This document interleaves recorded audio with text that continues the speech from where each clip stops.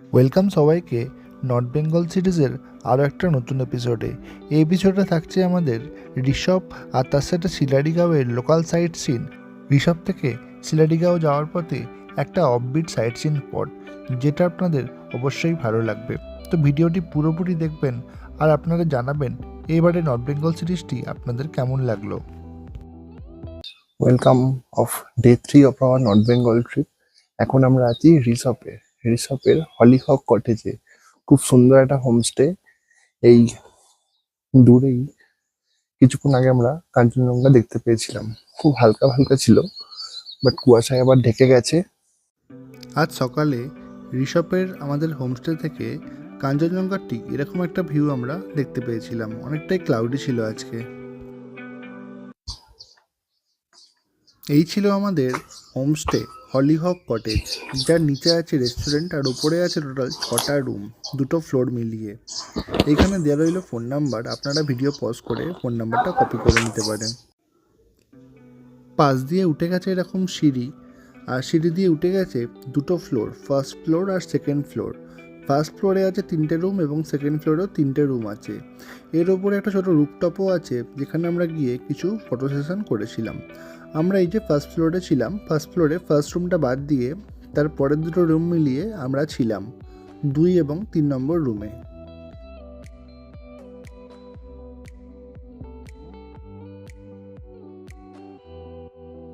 সবাই অলরেডি ঘুমোচ্ছে, আর আমি জাস্ট বেরোলাম একটু ঋষভের এই নির্জন গ্রামটা ঘুরে দেখার জন্য। এই ছিল ঋষভের ভোর 6টার সময়কার ওয়েদার। হালকা ফুলকা ক্লাউডি ছিল, ওর দূরে দেখা যায় আই লাভ ঋষভ লোগোটি। আর এখানে কাল সকালে ভালোই ভিড় ছিল যখন আমরা এসেছিলাম ঋষভে। আর এই হোটেলের পাশ দিয়ে রাইট টার্ন নিয়ে আমরা চলে গেছিলাম আমাদের রিসর্ট, আমাদের হোমস্টে হলিহক কটেজে। এই যে আই লাভ ঋষভ লোগো, যেখানে কালকে ভালোই ভিড় ছিল।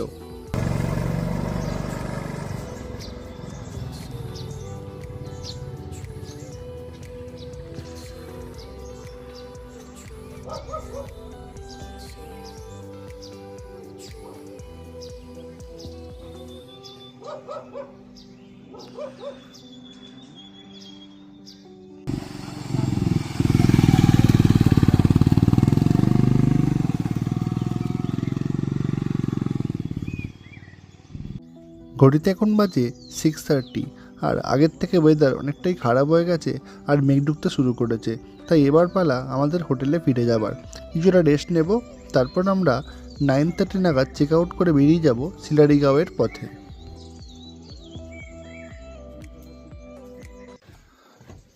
ফাইনালি আমরা চেক আউট করছি আমাদের ঋষভের হোমস্টে থেকে। একটু লেট হয়ে গেল, অলরেডি 10:18। কালকে ফেরার টিকিট তৎকালে প্ল্যান ছিল, কিন্তু এখনও কাটা গেল না, সেই এটা মিস হয়ে গেছে। ডাইরেক্ট স্লিপারে বুক করতে পারি কি না। ওভারঅল হোমস্টেটা ভালোই ছিল। এই ছিল তার ব্যাকগ্রাউন্ডে ভিউজ। ফাইনালি আমাদের লাগেজ লোড হচ্ছে, তো অলমোস্ট সব ডান। বেরোচ্ছি আমরা রিসোর্ট থেকে।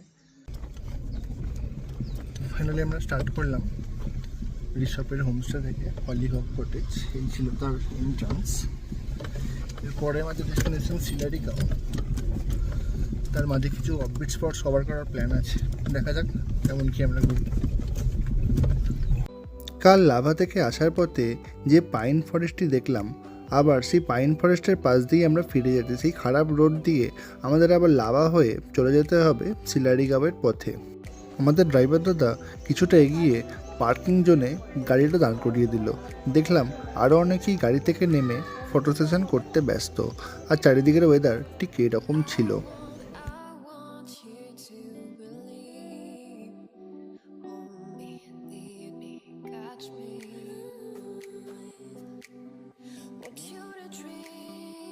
এবার আমরা পাইন ফরেস্ট পেরিয়ে আবার লাভা রোড দিয়ে এগিয়ে চলেছি আমাদের পরের গন্তব্য আজকের শিলাডিগাঁওয়ের পথে।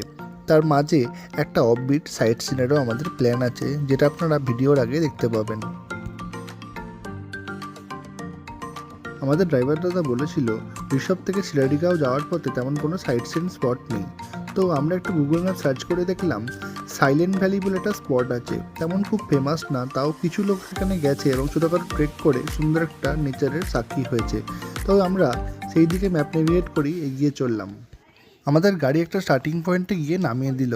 সেখান থেকে আমাদের হেঁটে কিছুটা জঙ্গলের মধ্যে ঢুকতে হবে, তো সেই মতো আমরা হাঁটা শুরু করলাম।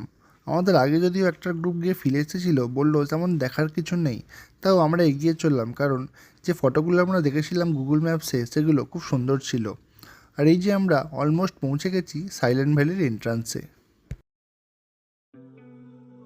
দেখতেই পাচ্ছেন জায়গাটায় কোনো এন্ট্রি ফি নেই, কারণ এটা কোনো কমার্শিয়াল ট্যুরিস্ট স্পট না, কিন্তু জায়গাটা খুব সুন্দর ফটোজেনিক। খুব গরমকাল বাদ দিয়ে আপনারা যদি এই সাইলেন্ট ভ্যালিতে ঘুরতে আসেন আপনাদের খুব ভালো লাগবে, এবং অনেকটা গ্রিনারি জুড়ে বিস্তৃত এলাকা এরকম ফাঁকা এখানে পড়ে আছে। আমরা অনেকটা এগিয়ে গেছিলাম এই সাইলেন্ট ভ্যালির পথে, এবং দেখলাম আমাদের পিছন পিছনও আরও অনেক লোক এখানে ঘুরতে এসেছে। সুন্দর স্টানিং একটা সাইলেন্ট ভ্যালির আমরা ভিউ পেলাম এখানে, খুব সুন্দর লাগছে দেখতে জায়গাটা।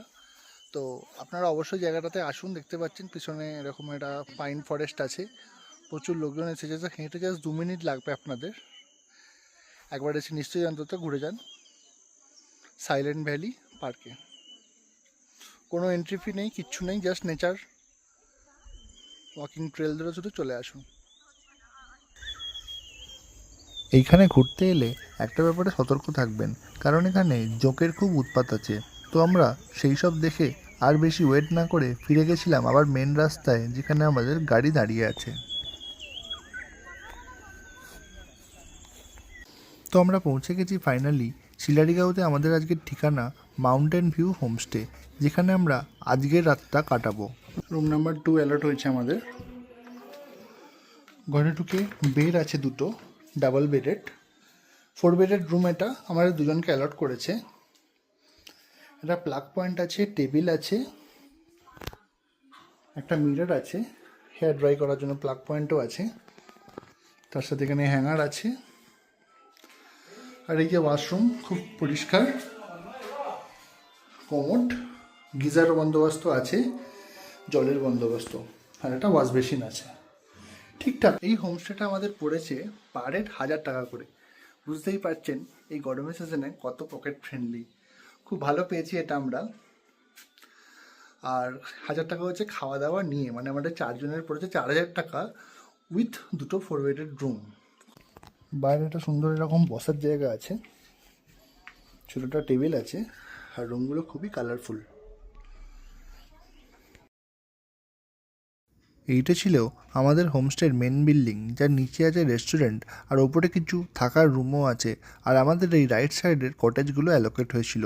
প্রথমটা ছেড়ে 2 এবং 3 আমাদের আজকের ঠিকানা ছিল। এই হোমস্টেটা আমার পার্সোনালি খুব ভালো লেগেছিল দুটো রিজনের জন্য।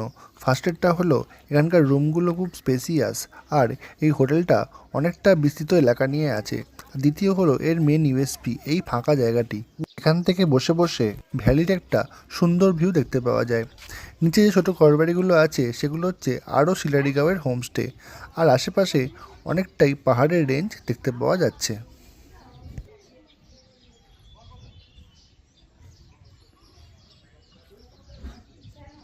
হোমস্টে থেকে গেলে কোনো না কোনো সার্মেয়র সাথে আলাপ হয়েই যায়। তো মাউন্টেন ভিউ হোমস্টের এই ছিল সার্মেয়টি।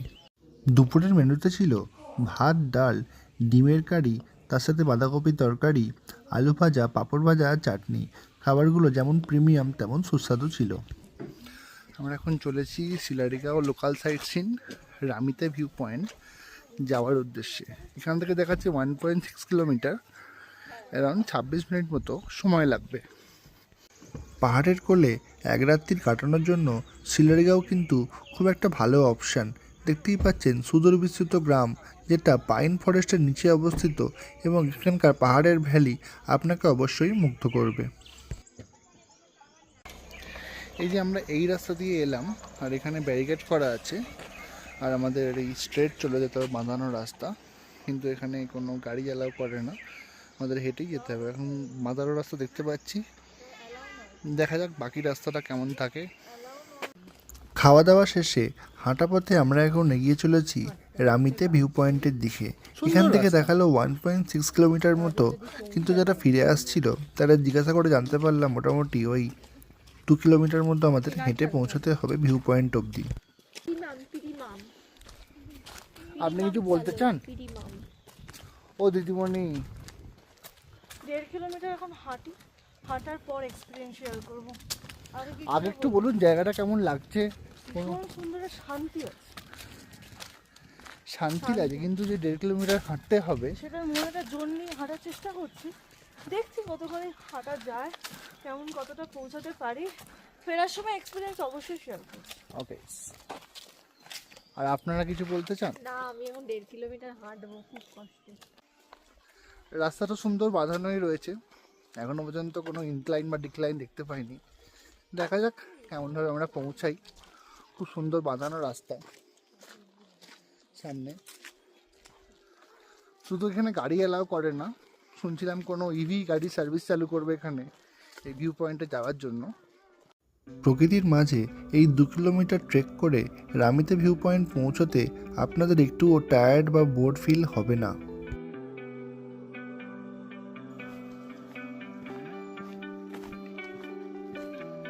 ফাইনালি আমরা পৌঁছে গেছি রামিতি ভিউ পয়েন্ট। এখানে দেখা যাচ্ছে 0 কিলোমিটার। দেখা যাক সামনে কি আছে।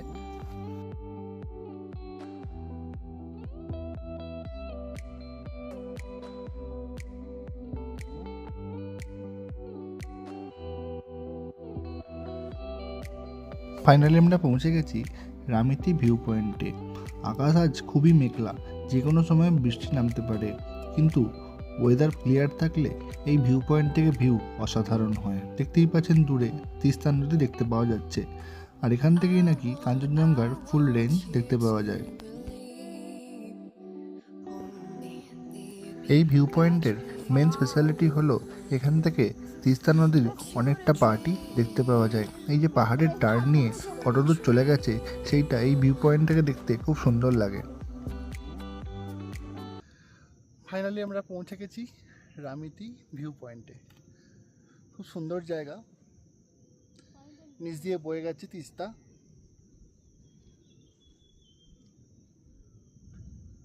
ভিউটা খুব সুন্দর লাগছে, কিন্তু ভয়ও লাগছে, কারণ মেঘ ডাকছে প্রচণ্ড, যে কোনো মুহূর্তে বৃষ্টি আসতে পারে। আর এতটা রাস্তার মধ্যে ব্যাক করতে হবে এখনো। খুব সুন্দর। এখানে টুকটাক খাওয়ার জায়গাও আছে, তো জল বা খাবার না নিয়ে এলে এখান থেকে সেটা আপনারা সংগ্রহ করে নিতে পারবেন।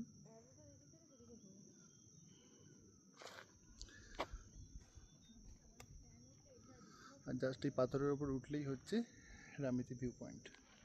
এখন আমরা ব্যাক করতে শুরু করলাম জাস্ট। অলরেডি আকাশে মেঘ ডাকছে। দেখা যাক কতক্ষণে বাড়ি পৌঁছাই। আমাদের আসতে ওই আধা ঘন্টাই বলতে গেলে সময় লাগলো এই ভিউ পয়েন্ট আসার জন্য। হাঁটতে হাঁটতে কখন যে শিলাডিগাঁওয়ের কাছে এসে গেছি আবার বুঝতেই পারিনি। আমাদের যেতে যা সময় লেগেছিল তার থেকে অনেকটা কম সময় লেগেছিল, এবং রাস্তায় অনেকের সাথেই দেখা হলো যারা এখনও রামিতি ভিউ পয়েন্ট দেখতে যাচ্ছে এই রাস্তা ধরে।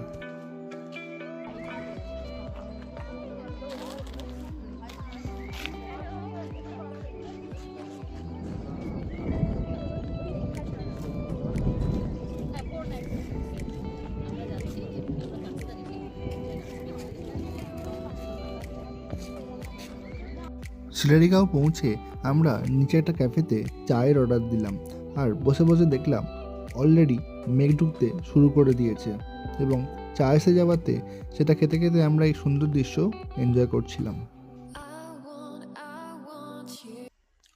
Good evening from Sillerygaon. তখন ভিউ পয়েন্ট থেকে আসার পর কিছুটা বৃষ্টি এসে গেছিলো, তাই ঘরের ভেতরেই ছিলাম। কিছুটা রেস্ট নিয়ে ভাবলাম বাইরেটা ঘুরে আসি। দেখুন কি সুন্দর বাইরেটা সুন্দর সাজিয়েছে এরা। জাস্ট বাইরে বেরোলাম, এটা আমাদের বারান্দা। চারিদিকে আলো জ্বেলে উঠেছে। বৃষ্টি হয়ে যাওয়ার পর চারিদিকে সৌন্দর্যটা কয়েক গুণ বেড়ে গেছে। আমাদের হোমস্টের চারপাশটা সুন্দর লাইট জ্বলে উঠেছে।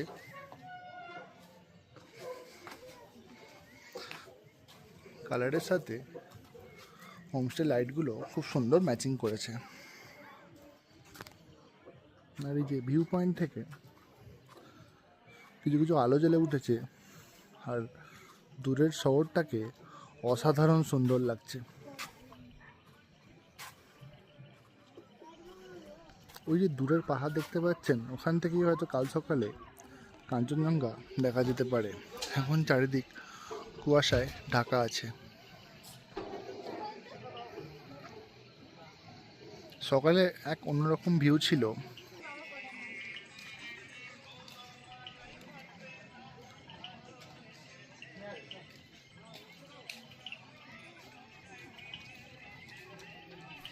আজকের ইভিনিংয়ের স্পেশাল আমাদের চিকেন মোমো, আর সাথে ড্রাই চিলি চিকেন, আর সাথে সন্ধ্যেতে আমাদের একটু আড্ডা হচ্ছে।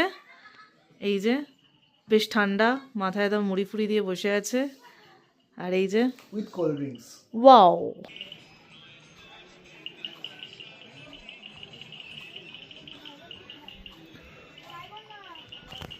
যেটা আমাদের রুম নাম্বার ছিল, রুম নাম্বার 2।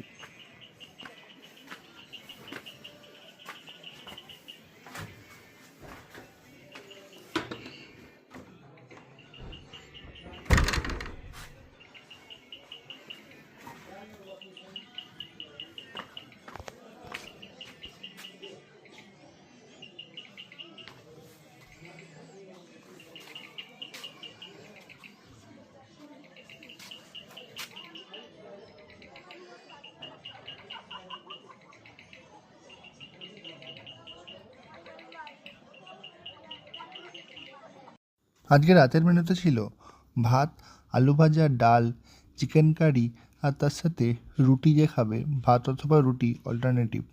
এই হোমস্টেটি লোকাল লোকে চালানোর জন্য খাবার দাবারের কোয়ালিটি যেমন সুস্বাদু, আর তেমন এখানকার স্টেও বাজেট ফ্রেন্ডলি, আর রুমগুলো তেমনও পরিষ্কার পরিচ্ছন্ন। তো আপনাদের এই হোমস্টেটা অবশ্যই রেকমেন্ড করবো আপনারা যদি শিলারিকাও ঘুরতে আসেন। নর্থ বেঙ্গল সিরিজের 3rd এপিসোডটা এখানেই শেষ করছি। কালকে আমাদের ফেরার প্ল্যান শিলিগুড়ি থেকে কলকাতা, এবং পাহাড়ে আজকে আমাদের শেষ রাত্রি। যেহেতু আমরা 3A বা স্লিপারের টিকিট পাইনি, তাই জন্য এবারে আমরা নর্থ বেঙ্গল থেকে ফেরার জন্য শিলিগুড়ি থেকে বাস বুক করে নিয়েছি কলকাতা ফেরার জন্য। তো পরের ভিডিওটা থাকবে আমরা কিভাবে বাসে করে কলকাতা পৌঁছালাম, এবং কালকে আমরা চেক আউট করে আর কোথায় কোথায় ঘুরলাম। তো পরের এপিসোডে দেখা হচ্ছে। ততক্ষণের জন্য টাটা। আর ভিডিওটি অবশ্যই ভালো লাগলে সবার সাথে শেয়ার করবেন।